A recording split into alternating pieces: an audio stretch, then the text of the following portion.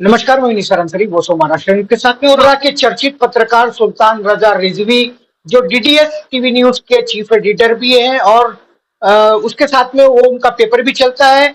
और जिस तरीके से मुमरा शहर के अंदर लॉ एंड ऑर्डर की जो सिचुएशन की हम बात करते हैं और 2 दिन पूर्व जो है सुल्तान रजा रिजवी के ऊपर जो है एक गर्दुल्ले ने जिस तरीके से चाकू से हमला करने का प्रयास किया और जिसके अंदर पुलिस की विफलता दिखाई दी है, उसी को लेकर के हम चर्चा करेंगे। सुल्तान रजा रिजवी, वॉइस ऑफ महाराष्ट्र में आपका स्वागत है।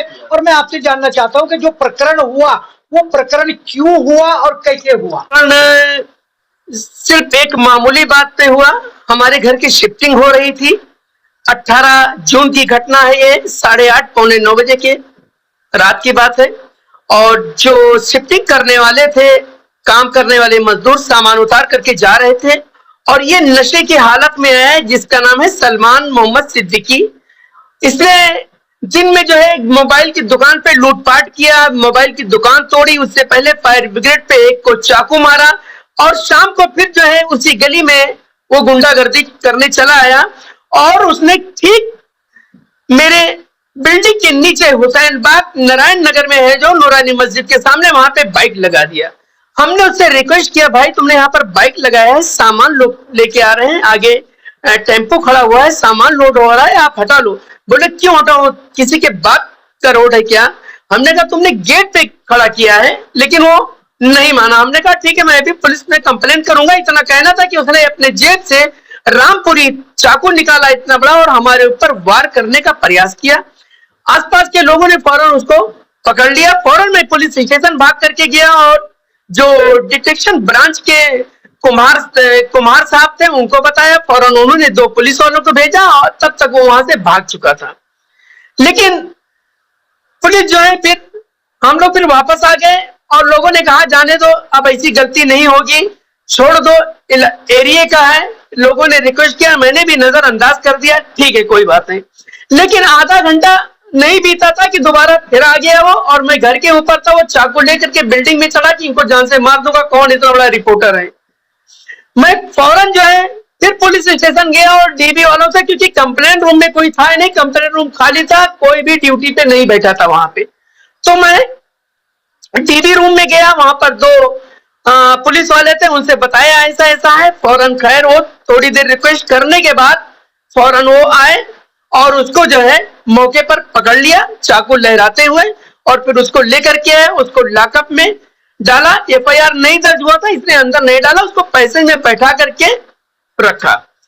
और उसके बाद में ड्यूटी पे थे एक एपीआई गंगुड़े साहब, तो वो ड्यूटी पर वहां नहीं बैठे थे कंप्लेंट रूम में, वो अंदर जो है दूसरे रूम में थे सामने वाले और कंप्यूटर पे वो काम कर रहे थे, ऐसा उनका कहना है।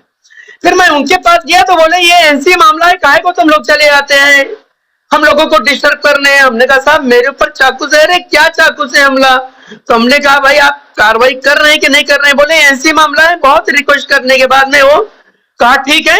हमने कहा ठीक है, हमको कंप्लेन नहीं देना है, मैं आप ऊपर जाऊंगा, क्योंकि उन्होंने गंभीरता से नहीं लिया, पर नजरअंदाज कर दिया। फिर जो है हम जब चलने लगे तो फिर उन्होंने सीनियर साहब से बात किया, हमारी सीनियर साहब से बात हुई। हमने कहा साहब आप लोग जो है बढ़ावा दे रहे हैं अपराध को, जिससे जो है यहाँ के लोगों का अमन चैन सुकून सब खत्म हो रहा है और गुंडों का जो है हौसला इतना बुलंद है। साहब हम अपने मामले को लेकर के सीपी साहब के पास जाएंगे। फिर ये हरकत में आए और उन्होंने एफआईआर दर्ज किया 506 पार्ट 2 और 341, 352 और 507 ये अपराध दर्ज किया। और उसके बाद में सुबेरे जो है वो पाटिल साहब करके हैं पीएसआई अंकुश पाटिल, उन्होंने कहा भाई ये कौन सा मामला है यार, तुम लोग चले आते इधर, ऐसा जो वर्ड टू वर्ड कहा वही मैं कह रहा हूँ। बोले इसमें तो मैं नोटिस देकर के बुलाने वाला था, इस पे अरेस्ट करने का है ही नहीं। उन्होंने कहा इस पर हम अरेस्ट नहीं कर सकते हैं, डायरेक्ट कहा उन्होंने। लेकिन आप बोल रहे हो तो चलो, हमने कहा हम क्यों बोल रहे हैं भाई, अगर नहीं अरेस्ट करना है तो एफआईआर निरस्त कर दो, खत्म कर दो, छोड़ दो, मैं जा रहा हूं। बोले नहीं अब तो करना ही पड़ेगा। फिर जो है इन्होंने कार्रवाई शुरू किया और लेके गए, उसके बाद में छूट गया। और जो कि इससे पहले जब लेके आया था तो लॉकअप से भाग गया वो, लॉकअप के अंदर नहीं था, बाहर था, वो भाग गया। फिर हमने जो है कहा कि हम ऊपर तक जाएंगे, सीपी साहब से मिलेंगे, डीसीपी साहब से, तब ये हरकत में आए वो भी जो कंप्लेंट रूम में तो कोई था ही नहीं। 9 बजे से लेकर के 10:30 पौने 11 बजे तक कोई कंप्लेंट रूम पे नहीं। सीसीटीवी कैमरा आप खंगाल सकते हैं। हो सकता है कोई एक आध बार वो भी बिना वर्दी के कोई आया होगा, वर्दी वाला कोई नहीं था। काफी लोग सामने खड़े थे कंप्लेंट कर। मेरे कहने का मतलब है कि इतना जो है अपराधियों को शरण दिया जा रहा है, क्या मामला है। और उसके बाद में उसको अरेस्ट करके लेके जाते हैं कोर्ट में, 5 मिनट में बाहर आ जाता है और उसके बाद में फिर हमको ढूंढने लगता है। ये बताइए, और पुलिस गंभीर कार्रवाई करने को तैयार ही नहीं। सुल्तान रजा रिजवी जी, जिस तरीके से आपने बताया कि वो अंदर जाता है, पुलिस कस्टडी से भाग जाता है, फिर पुलिस उसको पकड़ लेती है और कोर्ट में जाता है और 10 मिनट में छूट करके बाहर आ जाता है। और क्या लगता है कि जो आदमी का रवैया है, जो ड्रगिस्ट है या चर्सी है या गर्दुल्ला है, क्या लगता है कि अभी आप सुरक्षित हो क्या? नहीं, हम सुरक्षित नहीं है।